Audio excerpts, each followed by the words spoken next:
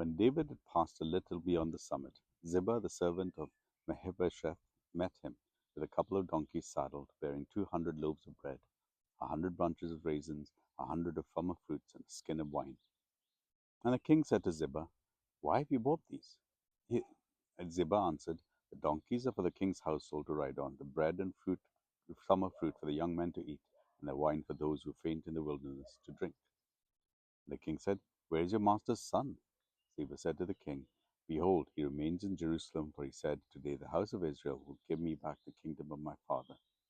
Then the king said to Ziba, "Behold, all that belongs to Mephibosheth is now yours." And Ziba said, "I pay homage. Let me ever find favor in your sight, my lord the king."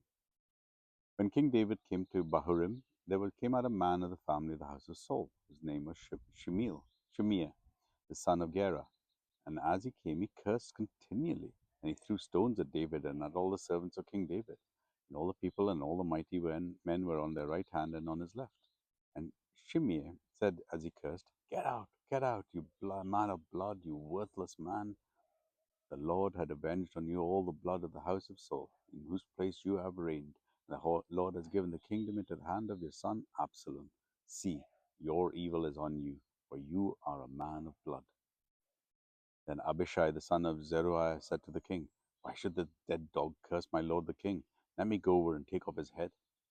But the king said, "What have I to do with you, you son of Zeruiah? If he is cursing because the Lord has said to him, 'Curse David,' then who then shall say, 'Why have you done so?'" And David said to Abishai and to all his servants, "Behold, my son seeks my life. How much more now this Benjamite? Leave him alone, and let him curse, for the Lord has told him to. It may be that the Lord will look at the wrong done to me, and that the Lord will repay me with good for his cursing today." So David and his men went to the road which Shimei went along with the hills opposite him, and cursed as he went, and threw stones at him, and flung dust. And the king and all the people who were with him arrived weary at the Jordan, and there he refreshed them himself. Now Absalom and all the people, the men of Israel, came to Jerusalem, and Ahithophel with him. And when Hushai the Archite, David's friend, came to Absalom, Hushai said to Absalom, "Long live the king! Long live the king!"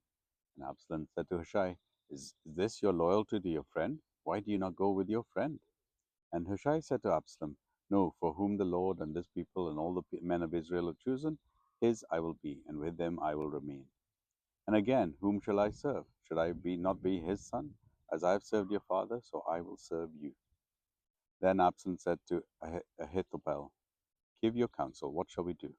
And Ahithophel said to Absalom, "Go in your father's concubines, whom he has left to keep the house, and all Israel will hear that you made yourself a stench to your father, and the hands of all who are with you will be strengthened." So they pitched his tent for Absalom on the roof. And Absalom went into his father's concubines in the sight of all Israel. Now in those days the counsel that Ahithophel gave was as if one consulted the word of God. So was all the counsel of Ahithophel esteemed, both by David and by Absalom. 2 Samuel chapter 16.